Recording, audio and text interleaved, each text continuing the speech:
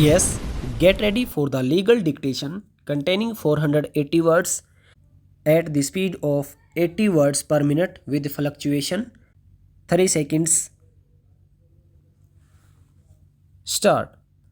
In this batch of transferred cases, transfer petitions, writ petitions, and the petition for special leave to appeal, the challenge is to the Constitution 103rd Amendment Act 2019, which came into effect on 14/1/2019, whereby the Parliament has amended Articles 15 and 16 of the Constitution of India by adding two new clauses, which clause bracket 6 to Article 15 with explanation, and clause bracket 6 to Article 16, and thereby the state has been empowered inter alia to provide for a maximum of 10% reservation for the economically weaker sections of citizens other than the scheduled castes, the scheduled tribes, and the non creamy layer of the other backward classes.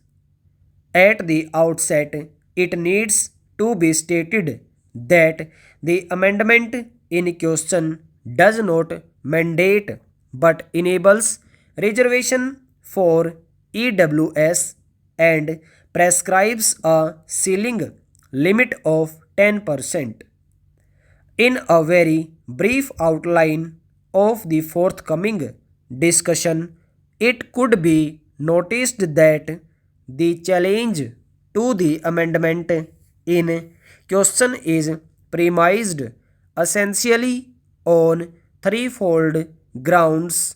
First, that making of special provisions, including reservation in education and employment on the basis of economic criteria is entirely impermissible and offends the basic structure of the Constitution. Second, that in any case, exclusion of socially and educationally backward classes, that is, SCs, STs, and non creamy layer OBCs, from the benefit of these special provisions for EWS is inexplicably discriminatory and destroys the basic structure of the Constitution. And third, that providing for 10%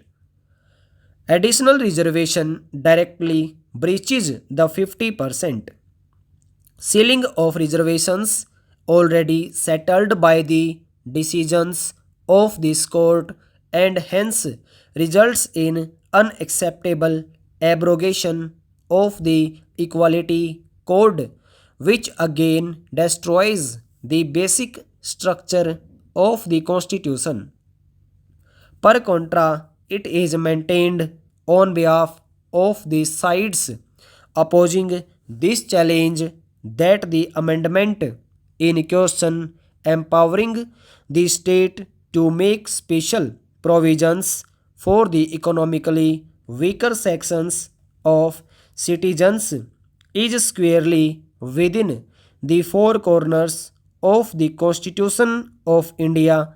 Rather, making of such provisions is necessary to achieve the perambur goal of justice, social, economic, and political in real sense of terms.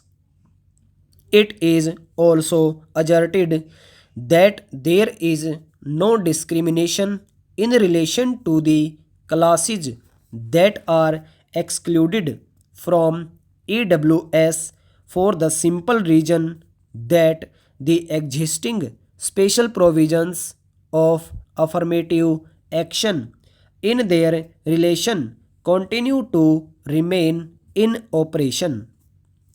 As regards the breach of 50% ceiling of reservations, the contention is that the said ceiling is not inflexible or inviolable, and in the context of the object sought to be achieved 10%. It has been provided as the maximum by way of the enabling provision. With the foregoing outline, we may usefully take note of the reference made to the Constitution bench for determination of the substantial questions of interpretation of the Constitution as are involved in these matters, and the questions formulated while commencing the hearing. Stop. Get ready for the general matter dictation containing 480 words at the same speed. 3 seconds. Start. The honorable member also suggested that the rules for recruitment and promotion, etc., should be uniform for all ministries, whether participating in the Central Secretariat Service scheme or not. It must be, and this is so except for the Ministry of External Affairs and the Railways.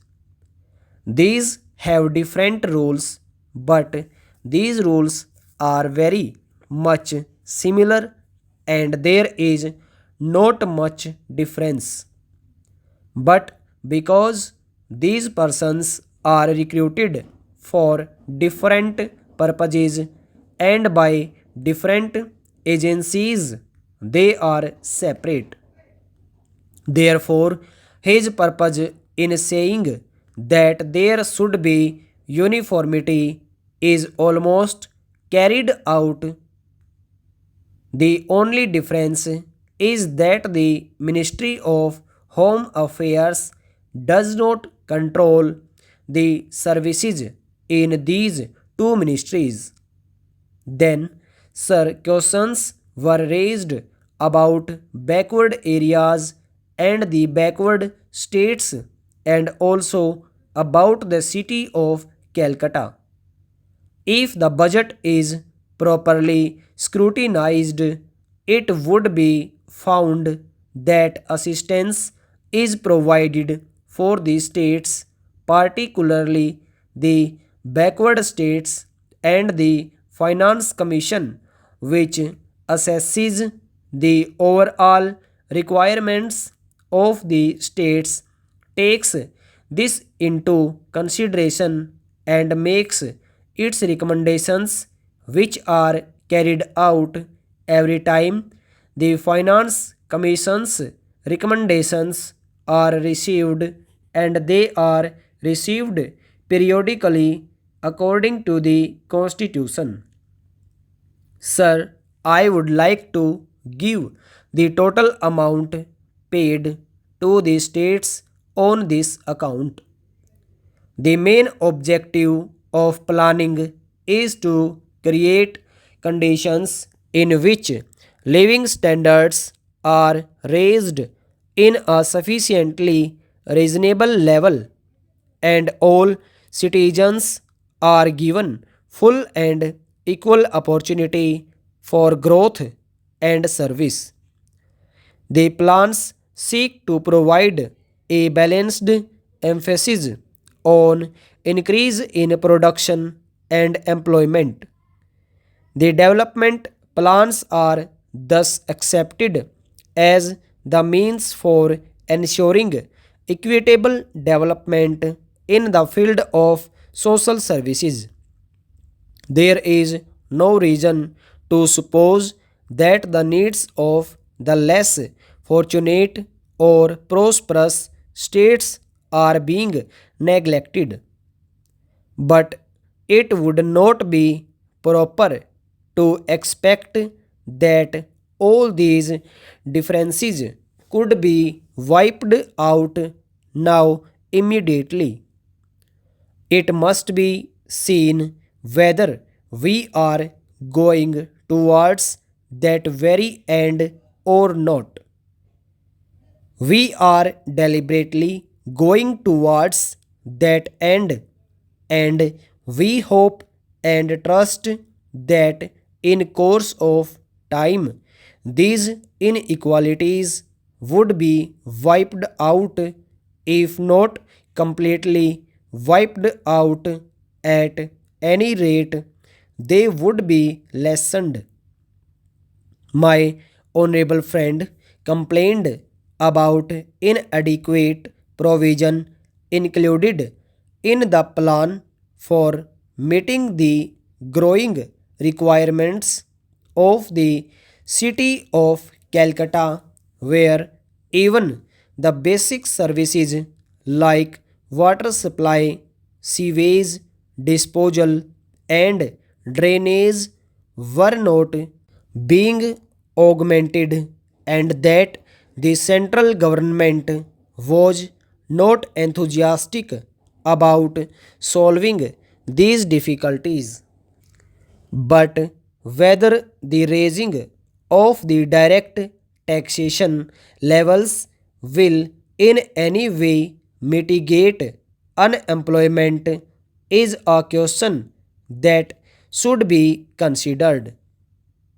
If the finance minister gives substantial relief in direct taxation, I think that might lead to an acceleration in the pace of development. Stop over.